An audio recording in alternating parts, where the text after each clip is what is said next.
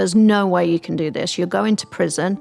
There's no defense. You'll get 5 years minimum because of the fact that you're breaking your oath because when you join the police in England, you swear an oath to the Queen. You're not employees, you're sovereigns of the crown.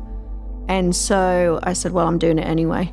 And he said, well, if they catch you, it's going to be even worse. If they know that you're doing it and you don't know, they'll put maybe something in your car or in your house and you could get 25 years in prison. So you can't do this. And I thought about it again and what he said, and I was like, no, I believe in this. So obviously I set about going in to do it, and it definitely was the toughest thing I've ever done. And the first day I remember I couldn't keep any food down. I was vomiting on the way to work, and I was, the stress and the toll of it all. And several times I was like, oh, what am I doing? I'm going to leave. I'm going to stop doing this. But something was driving me, and that was justice and fairness, I think. And so I continued for 10 months. But every day it was not any easier.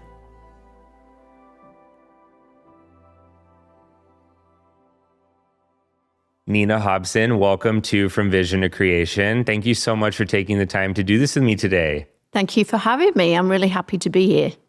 Well, Nina, I've been really excited for this conversation because I find your line of work so fascinating. I imagine that it would be the type of job where everything changes day to day. I'm sure there's not a standard day in the office, so to speak. You were on the front lines of British law enforcement for 15 years. Since then, you've gone on to protect some of the world's most recognizable figures.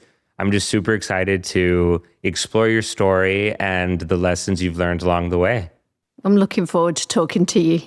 Take me back to your childhood, and were there any early influences in your life that kind of guided you toward this line of work? No, there weren't any at all. And so growing up, I was in a wonderful, loving family, and I wanted to be a vet. So from a very early age, I had a connection with animals, and that was my dream. Unfortunately, as I went through my school years, I realized that my academic ability wasn't quite there to be a vet. And at that point, that was the end of my world, because now I couldn't be a vet because I wasn't a straight A student. And so I didn't really know what to do. Literally, I was watching TV with my mum, and it was a Sunday, and we got Cagney and Lacey came on TV. And I love that show, and you're way too young to even probably know who that is. But it was at that moment I was like, I'm going to do that. I want to be that one. And I never even know which one's Cagney and which one's Lacey, but I wanted to be the blonde one. And the next day I applied for the police force, and the rest has kind of been history. Well, that's interesting. So you were inspired by something you saw on television and just went for it. Yeah. And literally it was the next day. My parents were actually horrified. They didn't really want me to be a cop, purely because of the risk rather than any other reasons. And but yeah, I mean, when I joined the police in the UK, it was really different. It was a hard process. There was lots of interviews, lots of my family being interviewed, several boards, assessment days. I mean, it really was hard when you joined the police force. So, it wasn't something that I just did the next day, filled a piece of paper. It was a whole process.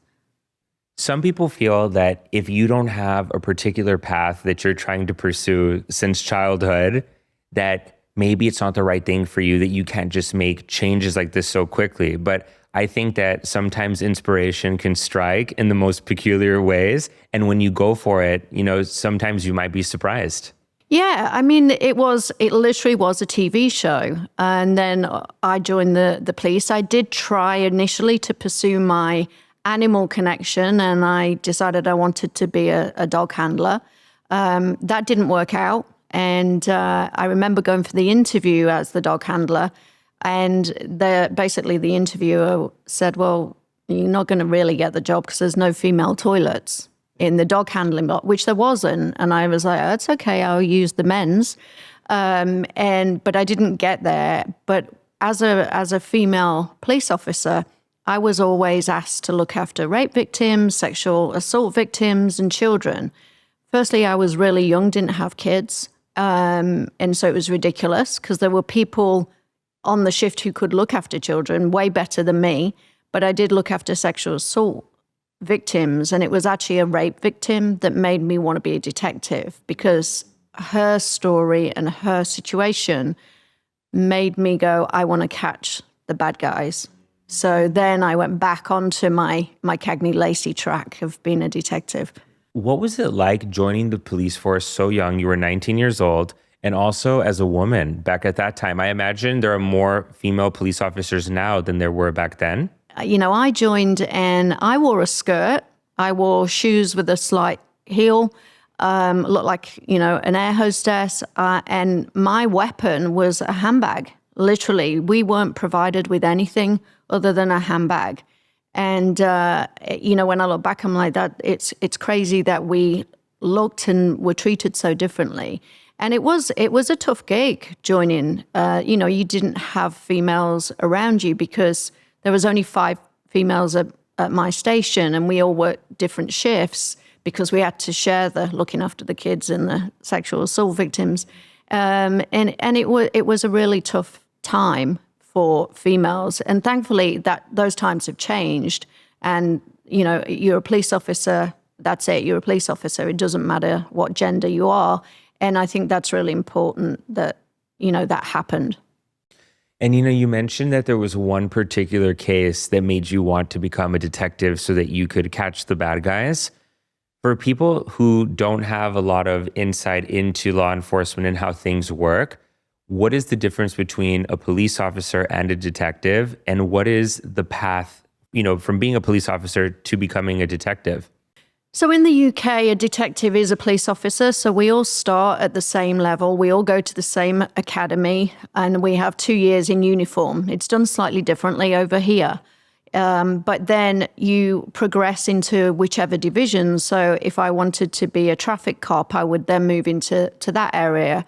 A detective you had to go through a number of exams, and then you had to go to, simple terms, detective school. Which was just fabulous. I mean, it was a great experience to be with people who'd been selected to be detectives. And then you're trained and you go into the CID, and that's how we did it then. So people say, oh, was it a promotion? It's not a promotion because you are a police officer, but you kind of do get elevated because of the nature of what you're doing. You're not a basic police officer anymore. You're not issuing parking tickets or speeding tickets or dealing with a shoplifter, or you're dealing with major crime. So I think you naturally just got elevated, but you're still a cop. And Nina, during your time working major crime cases, was there anything that you learned about human psychology that shocked you? Oh, that's a good question. I mean, I still want to believe that there are really good people and most people are really good, but I think I learned that there's a difference between people who are bad or make a mistake and people who are actually evil. And there is definitely a difference. So I was dealing with criminals every day, and I would put some of them were in that you're a bad person or you've made a mistake person, but you're not a bad person. And then I would have a category of you're actually evil. How would you differentiate between somebody being a bad person and actually being evil? I think when you interview and talk to somebody who is a bad person or has made a mistake, I think that you always get some kind of empathy with them. And I think that humans will always give some trigger and some sign of remorse when you talk into them. An evil person, they don't do that. I've dealt with people who have no empathy, they have no remorse, they are just very happy to tell you how horrible they are. And I don't know, I can't really describe it, but when you're dealing with people, it's a feeling, it's a gut feeling of this person is just evil and nothing will change that.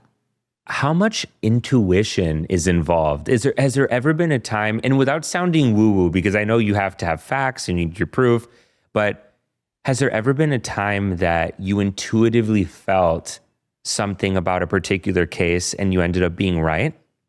Oh yeah, definitely. There's a lot of times because you're going on, as you say, as a police officer, you're working with facts and evidence. But as a human being and somebody who is dealing with that kind of crime, you do go with your gut on, the person can be saying, I didn't do this, and your facts can be saying they didn't do that. But sometimes there's a situation where you're like, no, I know that they've done it. And like you say, everyone stays late in the office because you want to make sure that you're capturing the right people. Again, it's really something that you can't describe, and that what good detectives, because not everyone's a good cop, not everyone's a good detective, but a good detective does work off their gut as well as their instinct as well as evidence. And has there been a specific case that changed your perception of crime and justice? When I was a police officer, there were cases that we didn't win. And that was especially when I was working in the child protection unit, it's very hard because you've got probably the only witness, 99% of the time, is the victim. Often a child, always a child when I was working in child protection. So you have the word of a child who, children make things up, adults make things up. They do things that they're told to do as opposed to maybe questioning things. So it's very hard as a child protection officer to deal with children cases.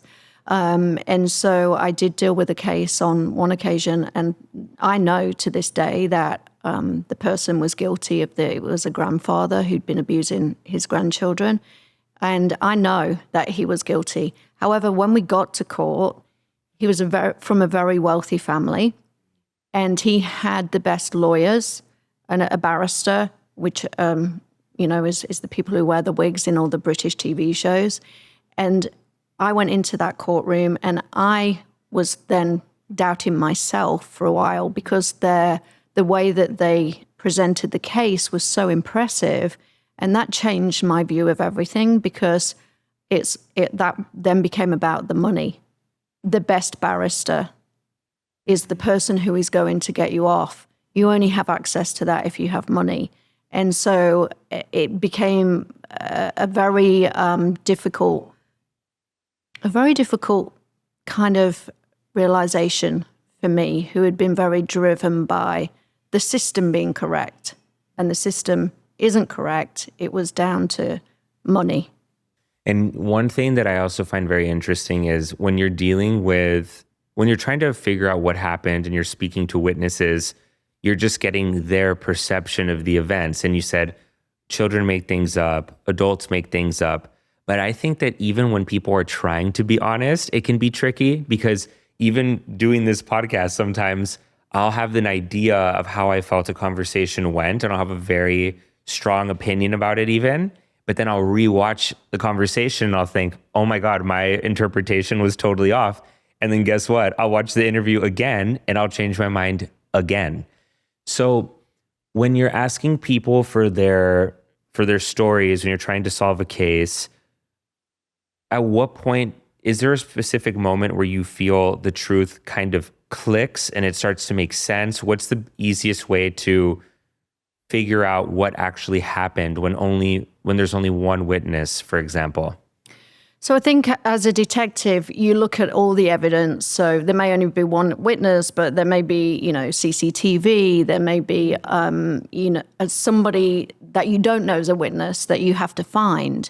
But it's about putting all the pieces together to make sure you have the true picture. But then when you talk to a person who you believe is responsible for something, you give them the opportunity to give their story, their narrative, and then it's our job as detectives to then break that narrative down and test it. So, For example, well, I didn't do it because I was watching TV at 8:30 on Saturday night when the crime happened. So then we would go into, well, what were you watching? And because now we can prove whether that was on TV at that time. So that would then give us a basis of, well, that's actually not true, which we know because we know you were at the scene of the crime, but we allow people to give their narrative. And then as a detective, we can then break that down. When you go back to somebody, like you say, it can change and your perception of what you've already learned can change. And so that's when you work with the evidence side of business.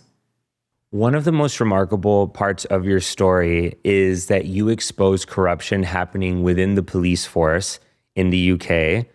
Can you talk to us about what exactly was happening and what that experience was like for you, both personally and professionally? So when I went into the police to do the exposure, it was a really tough decision. It wasn't something that I did overnight. I thought about it really hard. And I knew that at that point, my police career was going to be over. But for me, and I had an amazing career, and I want to, say I've worked with amazing people. I still work with amazing people who are ex-cops and cops. But I just was uncomfortable with what was happening within the force. And I knew that was what was going to happen. My career was over. Whichever way it went, my career was over. And so I spoke to a lawyer and said, this is what I want to do. And they said, absolutely not. There's no way you can do this. You're going to prison. There's no defense. You'll get 5 years minimum because of the fact that you're breaking your oath and because when you join the police in England, you swear an oath to the Queen. You're not employees, you're sovereigns of the Crown. And so I said, well, I'm doing it anyway. And he said, well, if they catch you, it's going to be even worse. If they know that you're doing it and you don't know, they'll put maybe something in your car or in your house and you could get 25 years in prison. So you can't do this. And I thought about it again and what he said, and I was like, no, I believe in this. So obviously I set about going in to do it, and it definitely was the toughest thing I've ever done. And the first day I remember I couldn't keep any food down. I was vomiting on the way to work, and I was, the stress and the toll of it all. And several times I was like, oh, what am I doing? I'm going to leave. I'm going to stop doing this. But something was driving me, and that was justice and fairness, I think. And so I continued for 10 months.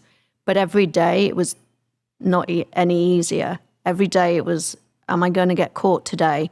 And I had to do things like be in there, the first person on the shift, to make sure I could put my camera equipment on without anyone seeing me.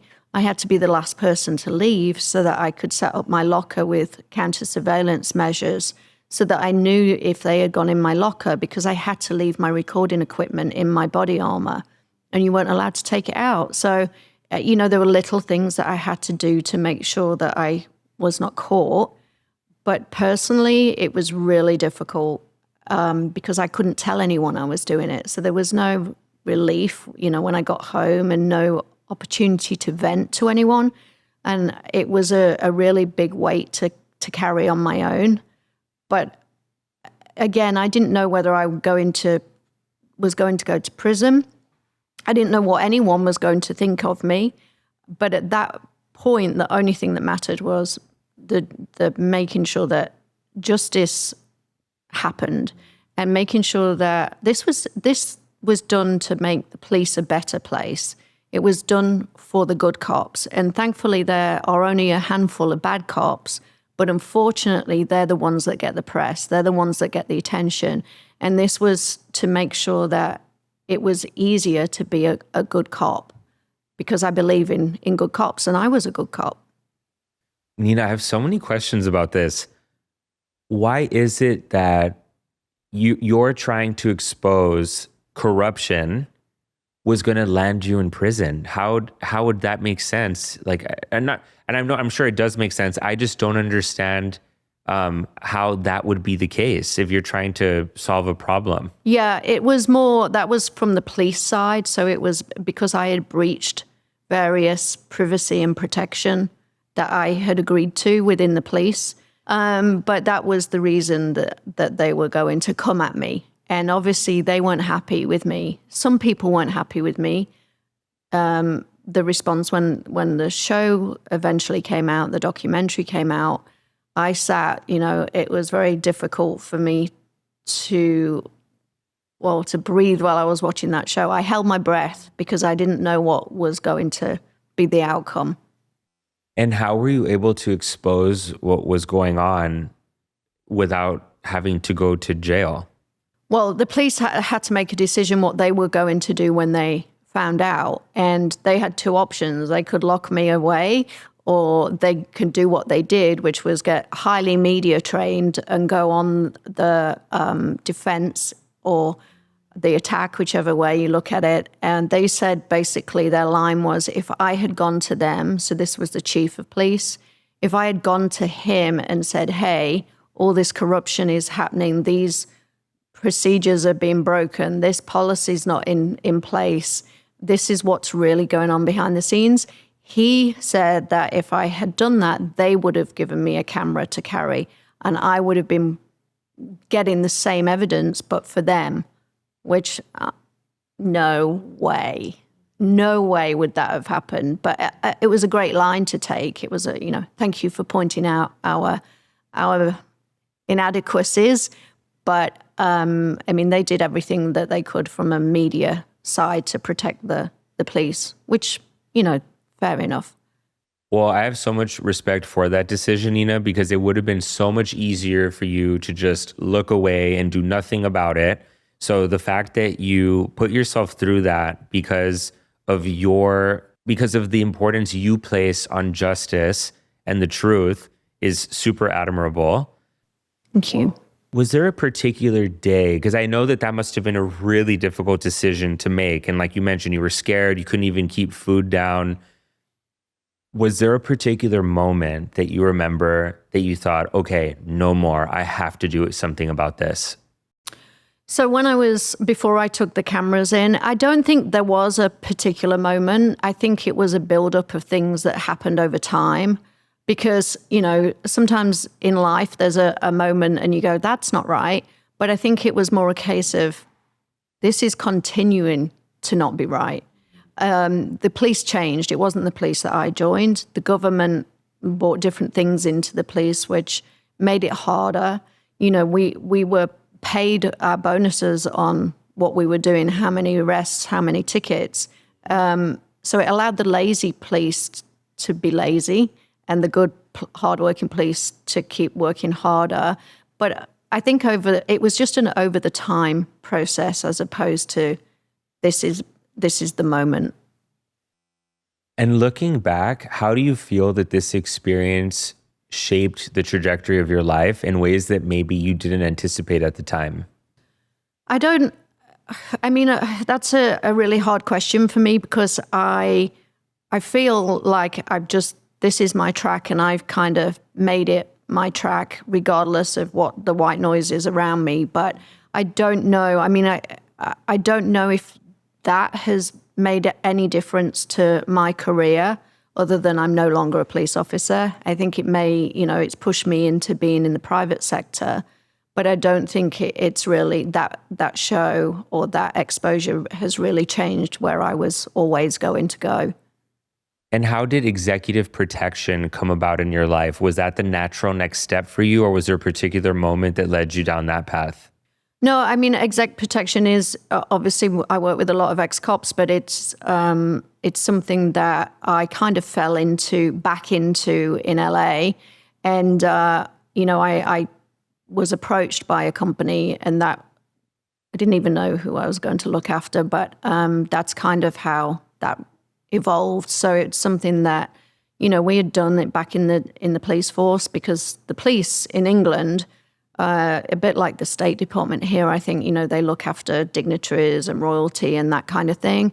And then obviously private sector is the celebrities and very much so now the CEO kind of world, which is sadly an increase in business due to the landscape that we're all currently living in. You've worked with some of the most recognizable people on the planet, celebrities, politicians. I mean, almost everybody knows who they are. Do you find that there's a difference between executive protection for a high-profile celebrity versus politician?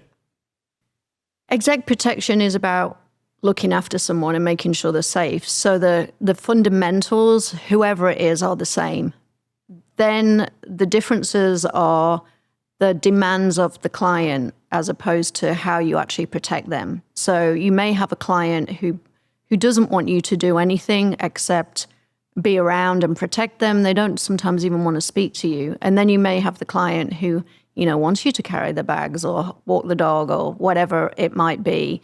But from an exec protection and a professional angle, every client is treated the same because our job is to make sure everyone gets home safely, to make sure that they're home with their loved ones, because it's a real job. And I say that with a smile on my face, because sometimes people think, exec protection, you're just somebody walking around next to somebody else. Look, there's times when I sit and look at a wall for 8 hours because my client's in a meeting and I'm sat outside the room knowing that they're safe in there. And then there's obviously times when I pinch myself when I'm in the most amazing places in the world going, how did I get here? But the reality is exec protection is a real job. It's real risks. And it's a big job to think that you are potentially going to be the one that saves somebody's life. And we protect lives, we protect reputations, and we protect assets. And we do that the same for CEO, a celebrity, a politician, because our job and our mission is to get somebody home. And I feel like at first glance, people might think of this line of work and think it's physical, but I feel that there's probably a very large psychological component. How much of the job is reading environments and people?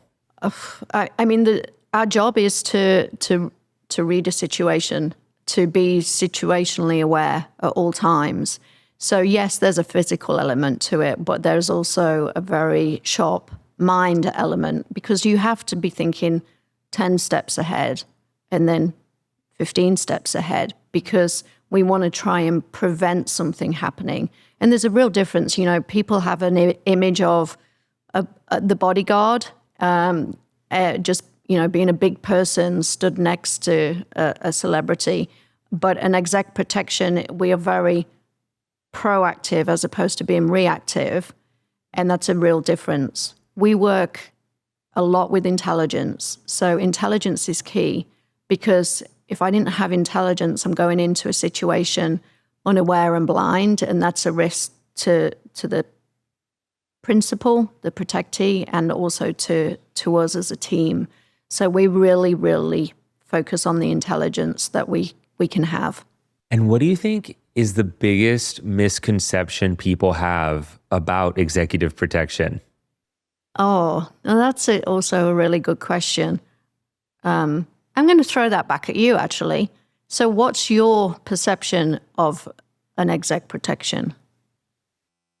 Ooh, I think my perception is it's a team of people that are basically putting together and executing a plan to keep you safe. And so I think that there is that psychological component of it, the strategic piece, but then also having somebody nearby in case something is going wrong.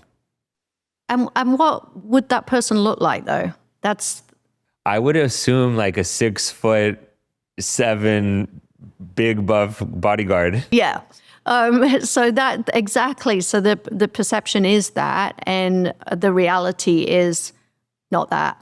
I'm sat here and I'm an older, not old, female, but I can do the job exactly the same as the 6'8" guy.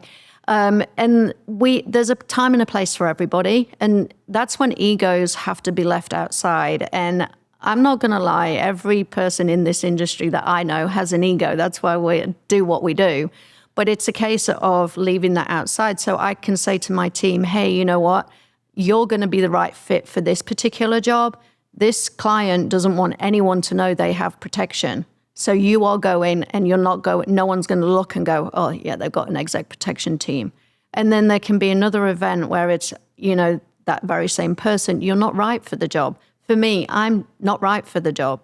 Some clients don't want me to be their exec protection, and that's okay. But what's not okay is to think that we can't do it because we're female or because we're short or because we're older, because, again, knowledge and experience really does come into play. So basically, there's a job for anybody. If you're good at your job, it doesn't matter what size, shape. Sometimes, obviously, there's a criteria around fitness and capabilities and things like that, but there's a place for everybody. Mm-hmm.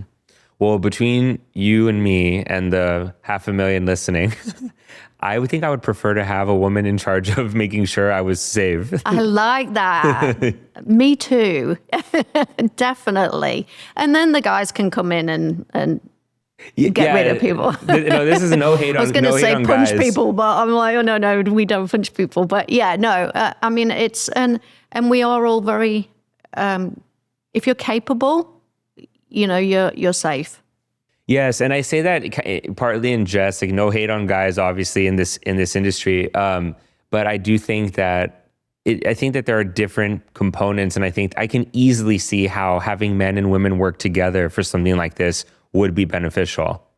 Absolutely. I mean, it's my team are all guys, and I love them all dearly. They're a great team, and they're all really good at their job. But yeah, it did take a few moments sometimes for the guys to accept a female as the boss. I'm not going to lie. And some people don't like that, even within the team. But I have an amazing team, and we all work really well together. And the dynamic of having a female and a male, it works really well. Same for a client. Some clients have got, and sometimes, yeah, we do go back into the gender role. We've got kids also.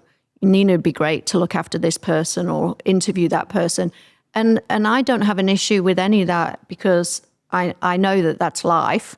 But again, it's back to we work well together as a team, and different things come into play just by the fact that I'm female, different ideas and different strategies.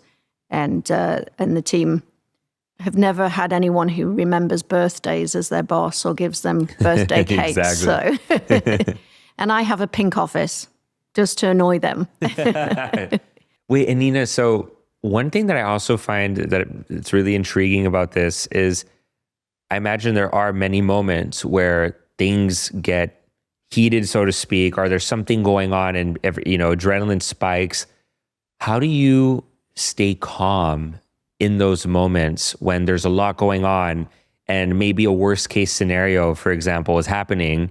What do you do to maintain equilibrium with your nervous system? Well, I think obviously it's training comes into play, and we know how we've got to respond. And again, we say that it's only 1% of the time, hopefully, that we would ever have to respond, but we have to be on our game the whole time.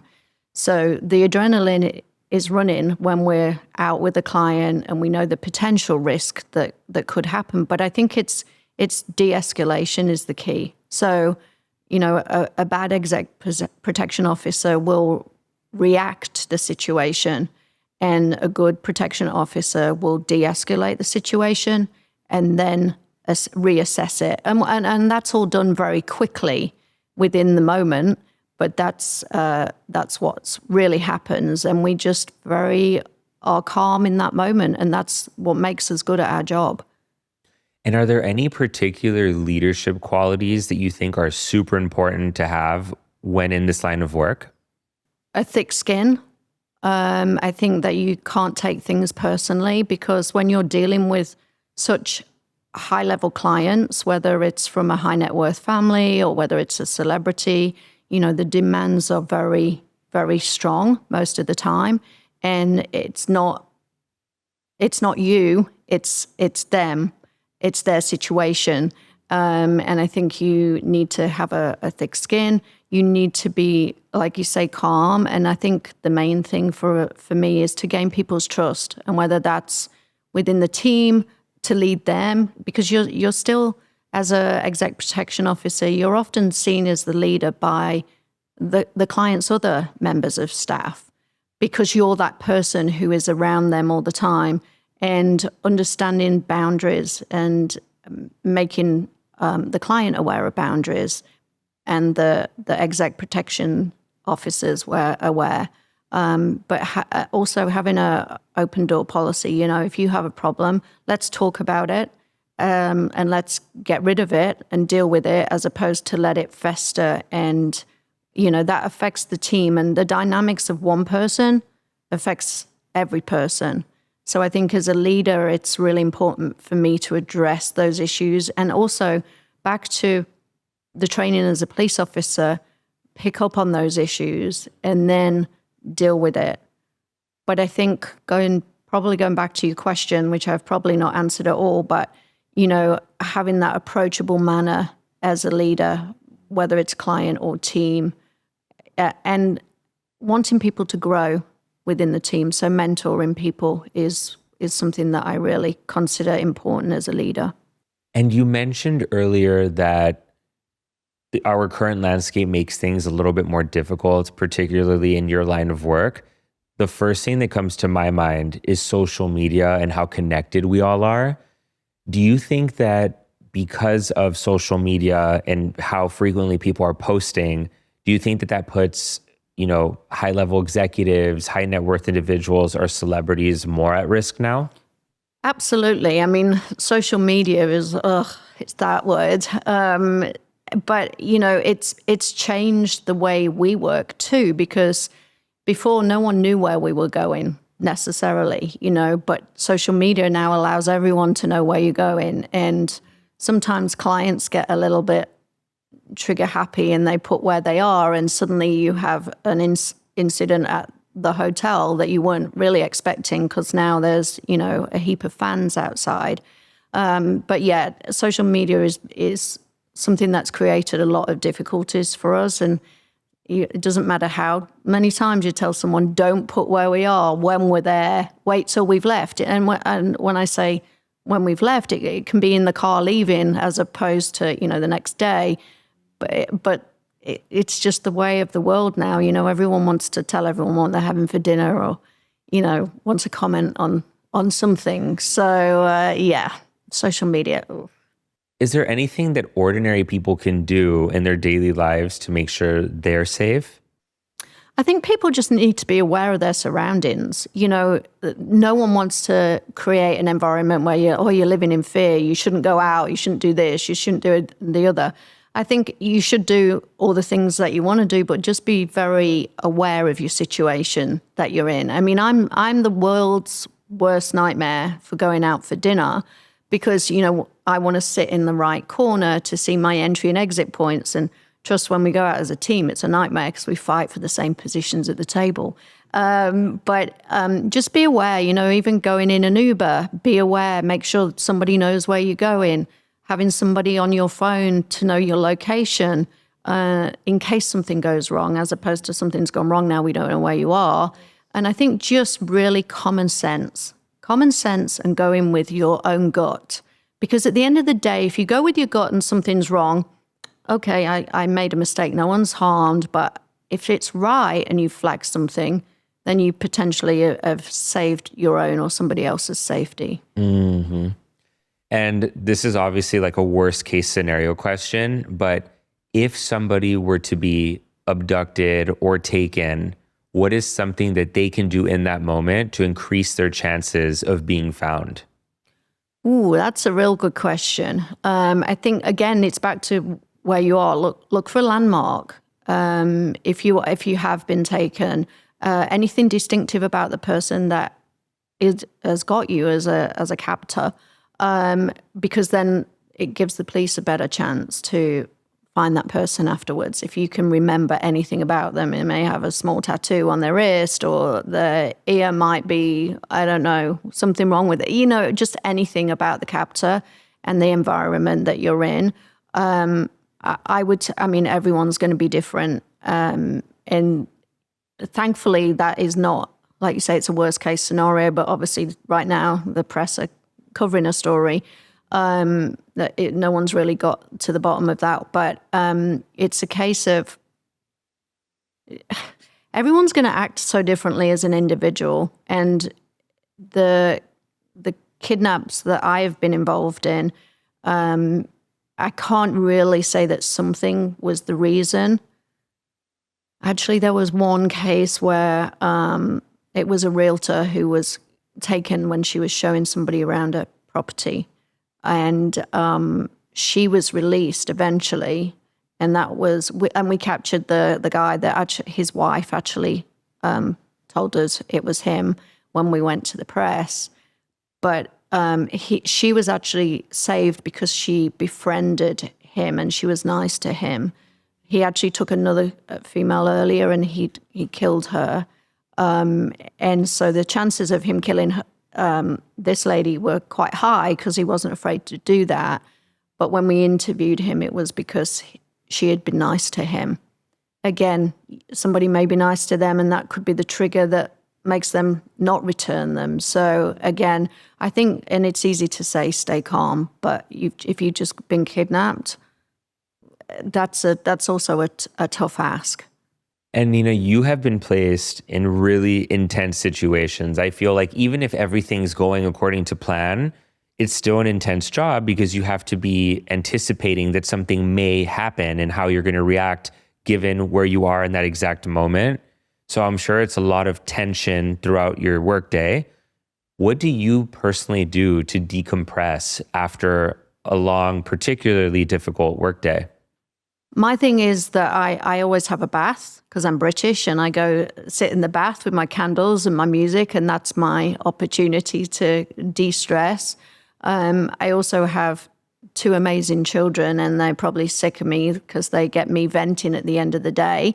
But you know, I'm just very fortunate that I can be at work one moment and then I'm very on that moment and in that moment, and then I can get home and it's like that moment didn't exist because I then become my mom. I mean, my kids are grown up now, so I don't have to be cooking them fish fingers and things. But I'm just very fortunate that I can do that. And at one point, I actually went to see a psychiatrist, psychologist, whichever, and said, what's wrong with me? Because I have been involved in such horrific cases in my life, from working in the child protection unit to the major crime to rescuing sex trafficked children to working with the rhino poaching. And I'm like, what's wrong with me? Because I don't have PTSD. I mean, I remember cases and I remember that was horrendous, but I don't have PTSD and I feel I should. And they basically said, no, you're fine, but you're very in the top percentage or 1% or of people who can do that. And so I feel very privileged that I don't bring it all back and that it hasn't affected me in my life. But I think being a mum is the reason that didn't happen. And Nina, what is the biggest life lesson you've learned so far? Trust your gut in every situation, because your gut is normally right. And there's times when I have gone against my gut feeling, and then later on I've gone, damn, should have listened to myself. And that's every situation in life. Go with your gut. And where's the best place that people can keep up with you and your work or hire you if they're interested? So you can hire me. I work for a company called Touchstone Global. We are a global company, and it's a pretty impressive company. It's kind of made up of ex-FBI, hostage negotiators, SWAT, snipers, Secret Service, and then there's a little British Bobby that's joined the team. But yeah, we're a pretty impressive team, and we cover anything to do with security. We have a GSOC, which is you walk in there and it's like the set of a Bond movie, and there's the little dot showing us where we all are in the world. And so yeah, Touchstone is the place that they can contact me or hire us. Perfect. Well, I'm going to include the link to the website in the episode notes, so anybody who's interested can easily check you guys out by clicking below. And Nina, if you could go back in time and offer your younger self one bit of advice specifically tailored for you and your life's journey, what would it be? So my advice would be to people now is never give up. If you want something, go for it. And I didn't continue to go for being a vet. And I'm really grateful because I look back at my life and I'm like, wow, somebody asked me the other day, what would you do? What do you want to do when you retire? And I'm like, well, probably will never retire, but there isn't anything that I haven't done because I've been so privileged. So my advice would be keep going. But my advice, I think, back to myself, if I was starting my journey again, I think the one thing that I would have said to myself at 18 is don't take things personally, because I do and I did and I continue to, but don't take things personally. And I think that might have made my journey a little easier. Well, Nina, thank you so much for taking the time to do this with me today. This is so much fun. I really appreciate you coming on. Thank you for having me.